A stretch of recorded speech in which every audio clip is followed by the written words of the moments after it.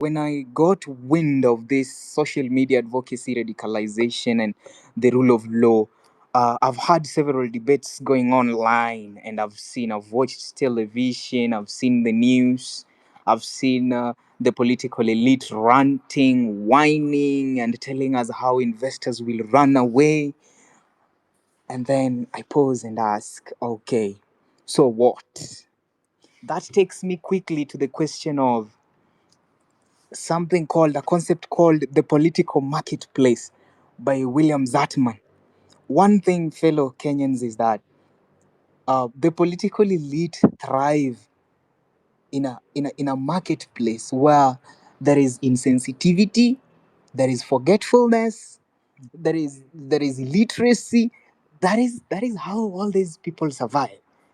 Sometimes you wonder how someone like Sudi have remained standing for such a long time, and you wonder, yani vipi, yani kwani huu mtu amekuwa akipita kimungu mungu kila mara ama ni nini? No, it's the political marketplace.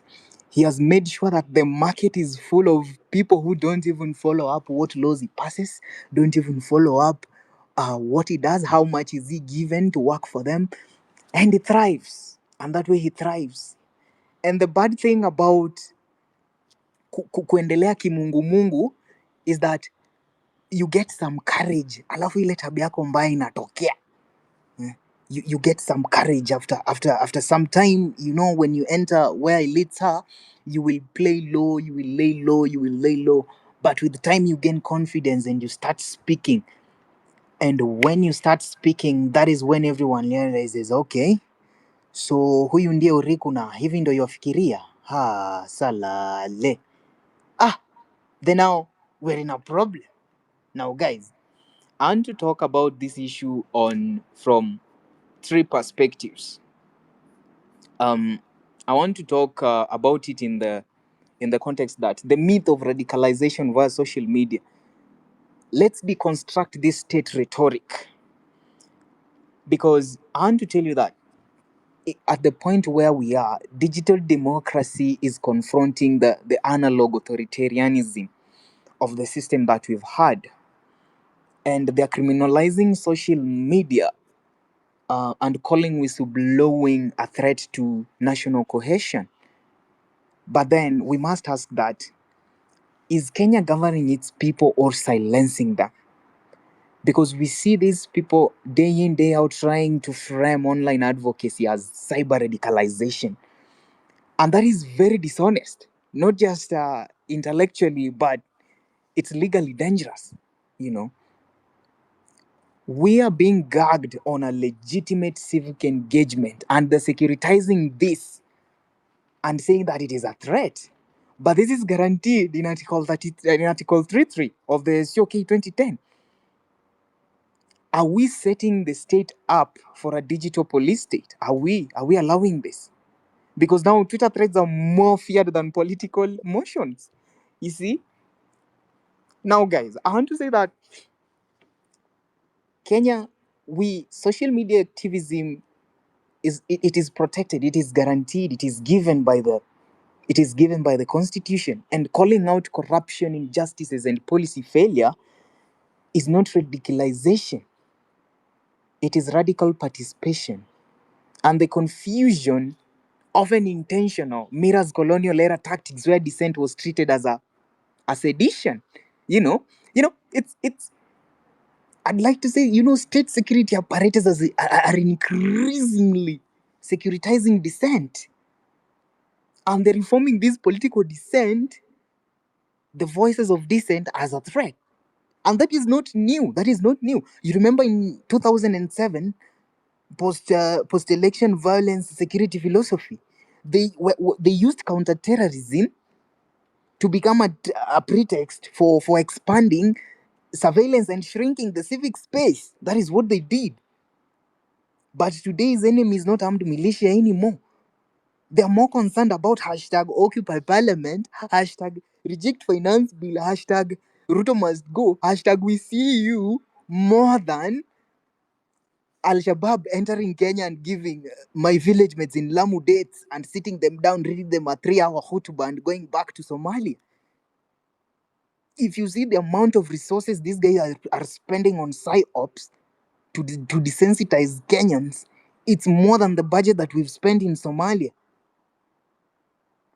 But the thing is, calling out corruption and elite impunity will not stop. And they're threatened by it because it lacks something that the normal protests, traditional protests often lack.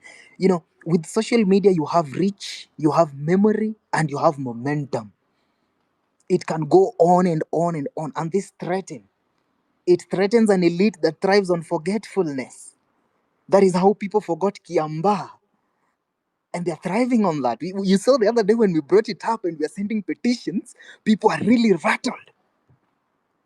When we started calling out that he is too old to lead that labor force, that labor union, all of a sudden he's telling the delegates that we need to throttle this down because investors are running away. Investors are running away from taxes, by the way. They are not running from hashtags. Can somebody tell these people this? It is not about hashtag don't come to Kenya, hashtag where is Brian Otieno. That doesn't scare an investor. When I want to invest in a country, I check the numbers. And actually, the next part of it, I'd like to ask, what does the law actually says about what does the law actually says about all this? If you read Article 33, you have the right of freedom of expression. Period. It's not absolute. That's okay, but it is limited to 3 things: incitement to violence, hate speech, and propaganda for war. Okay? But there is these people know these things.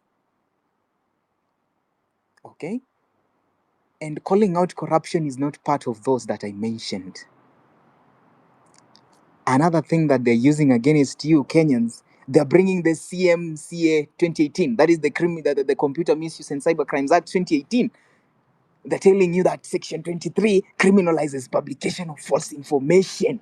When you're taken to court and you're told you published false information, you start trembling. And most of the bloggers they never take them anywhere. They waste your time. Because this vague phrasing is ripe for abuse. And in the absence of judicial clarity, it becomes a target. Blanchard used to target bloggers, you and I, Mizani, everyone. But I want to remind us that Kenyans, the rule of law means more than rule by law. And it is not now for the parliament to just pass laws. Those laws must pass constitutional muster. And the Kenyan judiciary must stand firm in their role to check, not to cheerlead the executive. And I'd love to ask us today that where is the jurisprudential courage that we saw in the 2017 presidential petition ruling? Lastly, as I come to learn, the security pretext. The security as a pretext. This is a whole 3-hour lecture, 5-hour lecture, whole thesis on securitization, on how issues of social, political, and economic issues become securitized. I see the return of a Leviathan in a digital clock. And the push for legitimate digital speech is not about morality, guys. It's about control. And if you remember well, you look at someone. If you look at Foucault, the Foucauldian sense, we are witnessing a shift on how state power disciplines population. The state is trying to construct consent. They want us to consent to the fact that being loud on their misdoing in a way is causing destabilization and chasing away investments, and as a result we will suffer, yada yada. But we are moving we are moving from a coercion in the streets to throttling of the internet, which has already happened. Now Kenyans, digital noise, they try to tell you digital noise is equals to instability. But again, guys, who defines instability? And who benefits from the fear? Kenya's elite, fellow Kenyans, these elites thrive in a strategic disorder. Strategic disorder.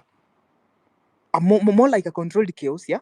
Where the laws are selectively enforced. And they're aimed, they're pushed, and it is selectively enforced.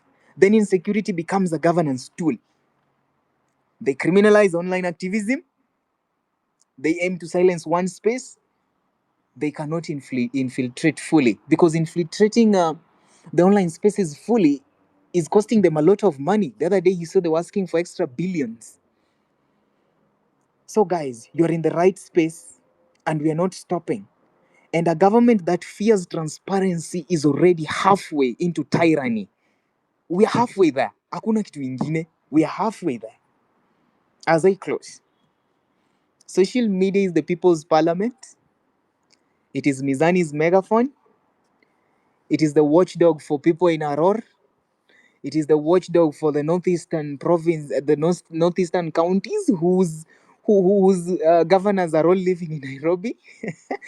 It is a watchdog for a kid harassed by the police officers and taken to court over petty charges. It is a watchdog for the citizens' money spent wrongly. So if corruption is if corruption is being exaggerated as the elites are claiming, let the evidence speak. If it's being exposed, then let justice follow. And the constitution is not a convenience, it's a covenant. Somebody remind them. And lastly, Kenya is not just a state. It is a system of survival under siege. And it won't survive if it fears the very voices trying to save it. So buckle up. We are typing. We are in spaces. Na hatubanduki. Letter charges. Thank you, Eli, and back to you, Oriko.